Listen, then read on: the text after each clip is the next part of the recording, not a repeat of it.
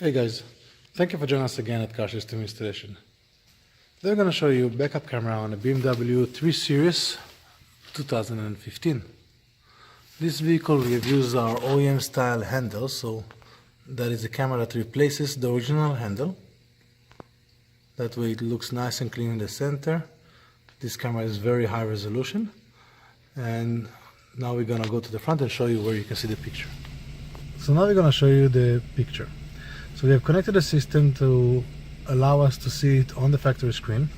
When we put a vehicle in reverse, we'll have the picture showing on the factory screen. We can see the bumper on both corners, here and here. As you can see, it looks kind of curved. That's because the camera has a fisheye, very wide angle. Picture is very clean, very nice. When we turn the steering wheel to the left or to the right, we have the lines moving together with the steering wheel. That way you know which way your vehicle is heading when you go in reverse. Put the vehicle back in park and the picture will go back to the factory radio. If you put it in drive, same thing.